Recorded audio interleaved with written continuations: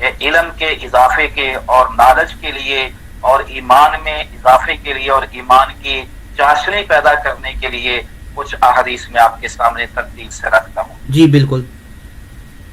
لیکن اس سے پہلے ذرا یہ بھی سن لیجئے کہ آپ صلی اللہ علیہ وسلم نے فرمایا کہ صحابی کہتی ہیں، عبداللہ ابن شخیر نام صحابی کا، جی فرماتی ہیں میں ایک روز نبی صلی اللہ علیہ وسلم کی خدمت میں پہنچا تو آپ صلی اللہ علیہ وسلم نے الہاکم التکاثر سورت پڑھ رہے تھے اور ساتھ یہ کیا فرما رہے تھے، یقول ابن آدم مالی مالی وهل لك من مالك الا ما اكلت فافنيت او لبست فابليت او تصدقت فامضيت وفي روایت لمسلم وما سوى ذلك فذاهب وتاركه للناس.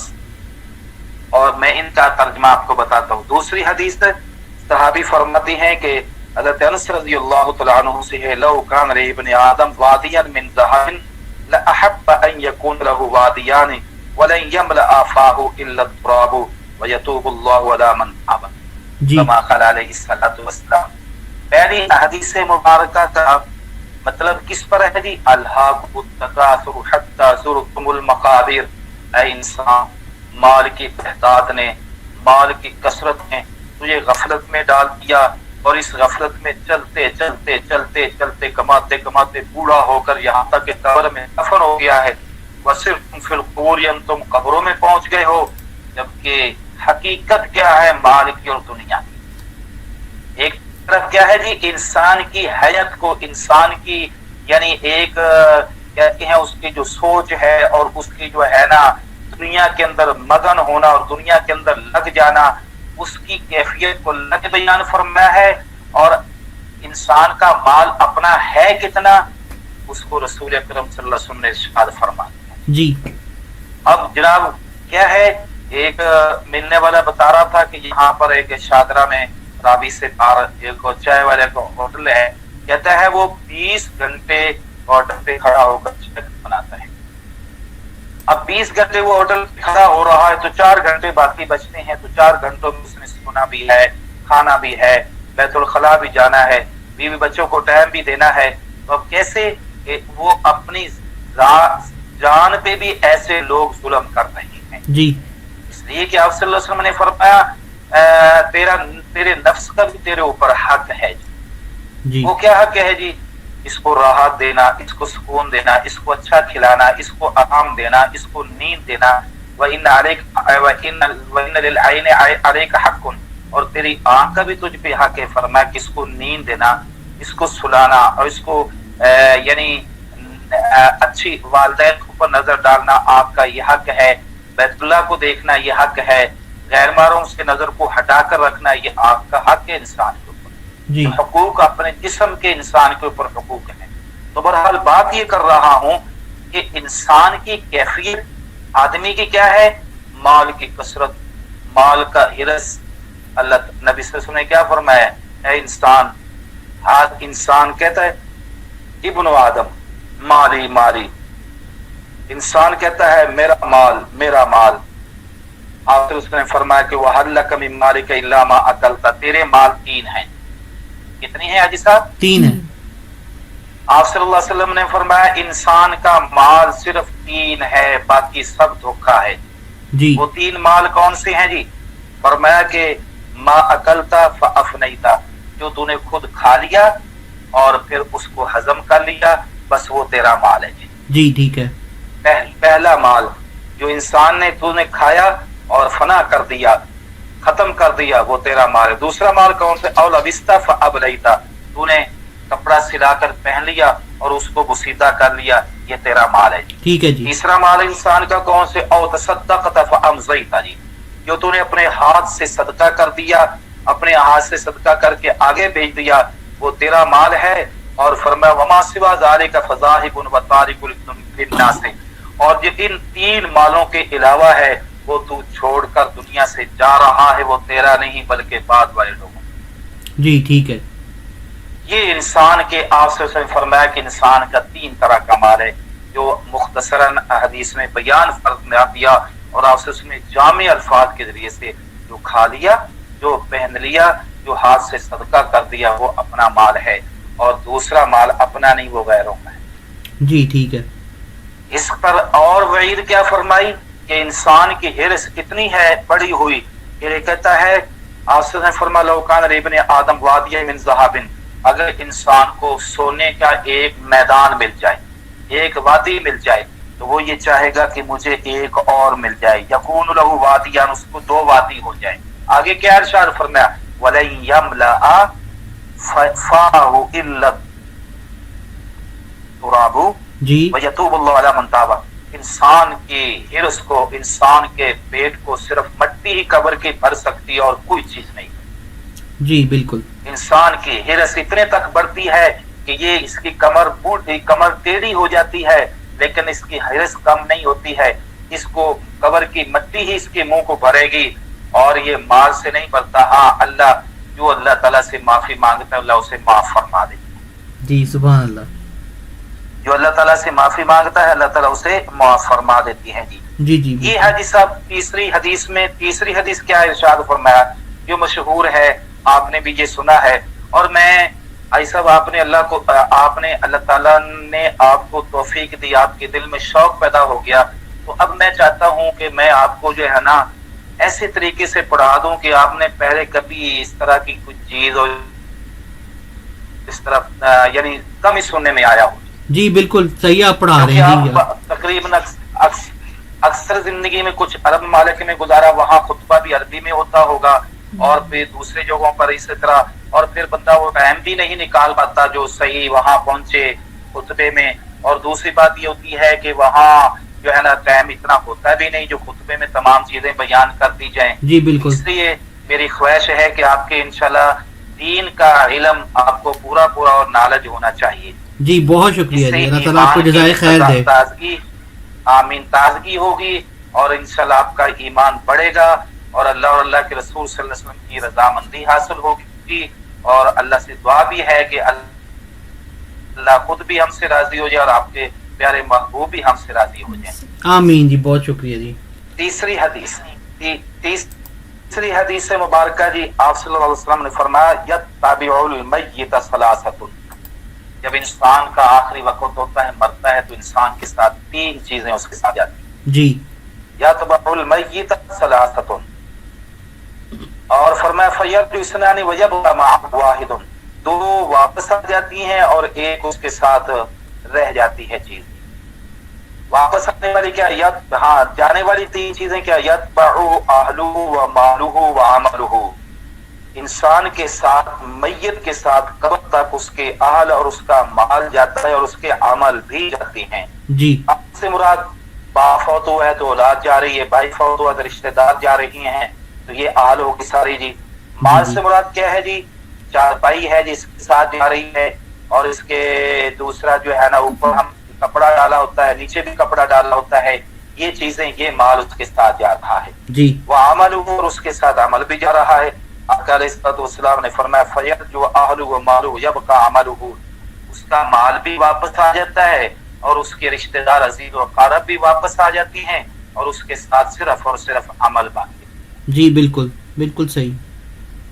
یہ ارشاد فرمایا کہ انھاکم التکاثر حتی زرتم المقابر، دنیا کی حقیقت اور مال کی حقیقت تو یہ ہے کہ تین طرح کا مال ہے، انسان تیرا ہے، اور تو مرتا ہے تو تیرے ساتھ تین طرح کی چیزیں جاتی ہیں، ان میں سے ایک عمل تیرا ہے، باقی دونوں واپس آ جاتی ہیں، جبکہ تیری کیفیت یہ ہے کہ تو مال کے ہرس میں لگ کر آخرت سے غافل ہو کر قبر کے اندر دفن ہو جاتا ہے۔ یہ اللہ تعالیٰ نے تنبیہ کی ہے، متوجہ کیا ہے، جھنجھوڑا ہے خاص کر کلمہ گو مسلمان کو کہ اتنی ہرس مت کر، بس ہاں رزق حلال کمائے، اللہ دے تو غنی تو صحابہ کرام بھی تھے، حضرت عثمان غنی رضی اللہ عنہ، عبد الرحمن ابن عوف رضی اللہ عنہ کی کتنے بکریوں کو ریوڑ تھے کہ مدینہ طیبہ میں پورے نہیں آتے تھے، باہر پہاڑوں کے اندر تشریف لے گئے تھے۔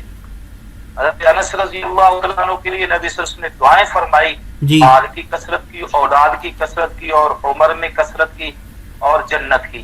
یہ چار دعائیں فرمائی۔ حضرت انس کہتے ہیں میں نے تین دعائیں نبی صلی اللہ علیہ وسلم کی اپنے حق میں اللہ تعالیٰ کے دربار میں قبول ہوتے اپنی آنکھوں سے دیکھ لی ہے، اور باقی رہی جنت کی تو مجھے امید ہے اللہ یہ بھی قبول فرما لے۔ آمین آمین جی، سبحان اللہ۔ کیونکہ جنت کا فیصلہ تو مرنے کے بعد اور معاشر میں ہی ہونا ہے نا جی۔ جی بالکل۔ فرماتی ہیں 4 دعائیں نبی صلی اللہ علیہ وسلم نے میرے لیے فرمائی، تو 3 میں نے اپنی آنکھوں سے دیکھ لی، اولاد کی کثرت، فرماتی ہیں میری زندگی میں میں نے 100 کے قریب اپنی نسل میں اولاد توتے پوتے دیکھ لیے۔ جی دوسرا کیا فرمایا؟ عمر کی کثرت، 120 سال عمر بھی ان کی۔ پھل کی کثرت، فرمایا کہ لوگوں کے کھجور سال میں 1 دفعہ پھل دیتی ہیں، میرا باغ جو ہے نا سال میں 2 دفعہ پھل دیتا ہے۔ سبحان اللہ جی، سبحان اللہ۔ تو یہ مال جو ہے، جو مال اللہ کی عبادت سے رسول اللہ صلی اللہ علیہ وسلم کے نورانی طریقوں سے انسان کو غافل نہ رہے، وہ مال کی کثرت جو ہے وہ کبھی نہیں ہے، وہ بری نہیں ہے جی ٹھیک ہے۔ اور جو مال یا جو اولاد اور جو سروس اور جو ملازمت، جو تجارت، جو دکانداری اور جو اولاد اللہ تعالیٰ کی یاد سے، رسول اکرم صلی اللہ علیہ وسلم کی اطاعت سے اور اللہ تعالیٰ کے فرض کردہ اعمال سے غفلت میں ڈال دے، وہ مال بھی نقصان ہے، خطرہ ہے، اور وہ اولاد بھی خطرہ ہی خطرہ اور خسارہ ہی خسارہ ہے۔ جی جی۔ اب یہ تھا الہاکم التکاثر حتی زرتم المقابر کے اوپر کی۔ اب ہم آگے چلتی ہیں کہ آخری جو حدیث قرآن عظیم کی آیت مبارکہ ثم تسألون یومئذ عن النعیم، جی معنی کیا ہے کہ قیامت والے دن تم سے نعمتوں کے بارے میں سوال ہوگا، پوچھا جائے گا کہ تم نے ان کا کیا کیا شکریہ ادا کیا ہے، اس کا کیا حق ادا کیا ہے۔ تو دنیا میں اللہ نے اتنی نعمتیں دی ہیں، تو پھر تم ان نعمتوں کا شکریہ ادا کرنا، عبادت کرنا، اطاعت کرنا، فرما برداری کرنا، اس کا کتنا کیا ہے؟ جی سب سے پہلے کیا ہے؟ ان السمع والبصر والفؤاد كل اولئک کان عنہ مسئولا، انسان کے کانوں کے بارے میں، کانوں سے بھی، آنکھوں سے بھی، دل سے بھی، ان تمام چیزوں سے سوال کیا جائے گا جی، ان سے بھی سوال ہوگا جی۔ اور رسول اکرم صلی اللہ علیہ وسلم نے فرمایا جی کہ ہر ایک انسان سے قیامت والے دن 5 سوال کیے جائیں گے، جب تک وہ 5 سوالوں کا جواب نہیں دے پائے گا تب تک لا تزال قدم ابن آدم، انسان کے قدم اپنی جگہ سے حرکت نہیں کر پائیں گے، ہٹیں گے نہیں، ہل نہیں سکے گا جب تک وہ 5 سوالوں کا جواب نہیں دے پائے گا جی۔ اب وہ حاجی صاحب 5 سوال کیا ہیں؟ جی ان عمر ہی فیما افناہ، پہلا سوال عمر کے بارے میں کیا جائے گا۔ اللہ تعالیٰ فرمائے گی کہ تجھے میں نے عمر دی ہے، فما فیما افناہ، اس کو کہاں لگایا؟ میری اطاعت میں لگایا، یا سو کر گزارا، یا فلم اور ڈراموں پہ لگایا، یا نیکی کے کام پہ اس کو لگایا، یا بدی پہ لگایا؟ جی ٹھیک ہے۔ دوسرا سوال وان شبابی فیما ابلاہ، جوانی دی، قوت دی، صحت دی، جوانی دی، اور اس کو کہاں خرچ کیا، اس کو کہاں جوانی کو بسیدہ کیا؟ جوانی کے بعد بڑھاپا آنا ہے نا جی، تو یہ جوانی کو کہاں لگایا؟ اطاعت میں لگایا ہے یا نافرمانی میں لگایا ہے؟ تیسرا سوال وعن ماله اين اكتسبه وفيما انفقه، کہ مال کے بارے میں سوال ہوگا کہ اس کو کمایا کہاں سے ہے، کس طریقے سے کمایا ہے، جائز رائے سے یا ناجائز رائے سے، سچ سے یا جھوٹ سے، حلال طریقے سے یا حرام طریقے سے، اس کے بارے میں سوال ہوگا جی۔ اور چوتھا سوال ہوگا وفیما انفقہ، پھر کمانے کے بعد اس کو خرچ کس میں کیا ہے؟ ٹھیک ہے جی۔ جو اللہ اور اللہ کے رسول کی چاہت میں لگایا ہے، اور اللہ اور اللہ کے رسول کے تقاضوں پہ اور اس کے راستے میں لگایا ہے، یا اس کو ناجائز جگہوں پر لگایا؟ اب ناجائز جگہ شراب ہے، فلمیں ہیں، ڈرامے ہیں، اسی طرح اور ناجائز ذرائع آپ کو معلوم ہے، کہاں پہ خرچ کیا ہے؟ جی سوال ہوگا مال کے بارے میں۔ جی جی۔ آخری سوال 5واں کیا ہوگا؟ وماذا عمل فیما علم، جو علم حاصل کیا تھا، جو تو نے سب پڑھا تھا، اس پر عمل کتنا کیا ہے؟ جی یہ 5 سوال ثم لتسألن یومئذ عن النعیم، نعمتوں کے بارے میں سوال ہوگا، اور یہ 5 نعمتیں ہیں اللہ کی طرف سے بندوں پر۔ جی جی کیسے حاجی صاحب؟ یہ نعمت نہیں ہے، سب سے بڑی نعمت اللہ فرماتی ہیں کہ میں نے تمہیں عمر دی ہے جی، جی بالکل حیات دی ہے، زندگی دی ہے، تو یہ نعمت ہے جی۔ بالکل جوانی دی ہے، یہ نعمت ہے جی۔ مال دیا ہے، یہ نعمت ہے جی۔ علم دیا، یہ نعمت ہے جی۔ یہ سب نعمتوں کے بارے میں سوال ہو رہا ہے، جی بالکل اس پر کیا عمل کیا جی؟ جی جی بالکل ایک حدیث کو میں آپ کو بہت ایمان افروز اور سنا کر پھر 2 چھوٹی چھوٹی، پھر ہم انشاءاللہ اس کو سمیٹتے ہیں، دوبارہ ترجمے کی طرف آتے ہیں جی۔ جی ٹھیک ہے۔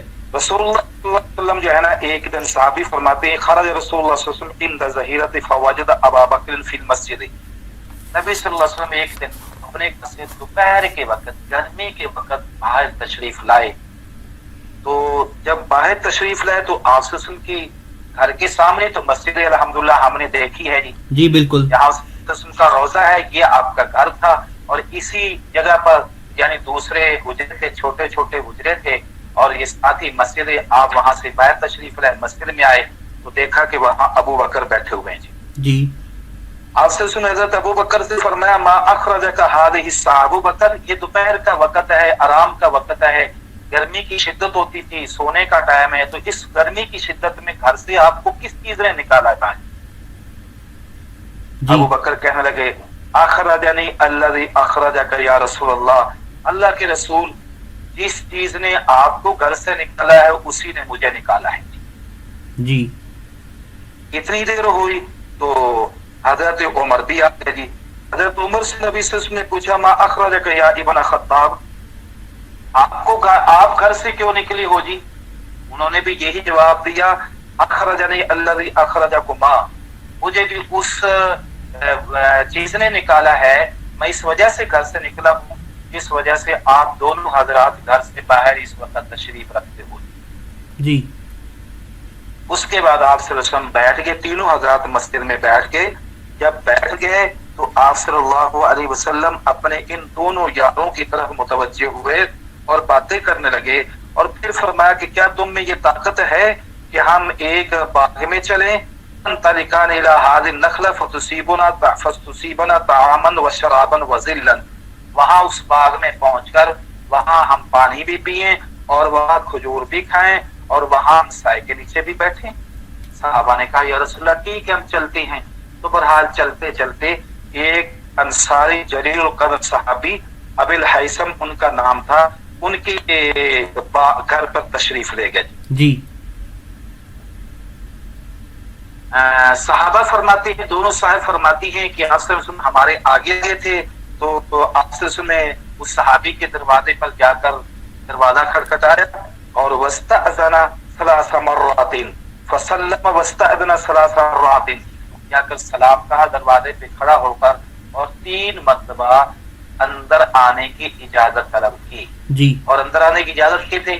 دروازہ کھٹکھٹانے کے بعد السلام علیکم ورحمۃ اللہ، یا السلام علیکم یا اہل البیت، جی۔ پھر آپ خاموش رہے تھوڑی دیر تک، اندر سے کوئی جواب نہ ملا، پھر آپ صلی اللہ علیہ وسلم نے فرمایا السلام علیکم یا اہل البیت یا السلام علیکم ورحمۃ اللہ، جی۔ پھر خاموش رہے 30 دفعہ، پھر یہی ارشاد فرمایا۔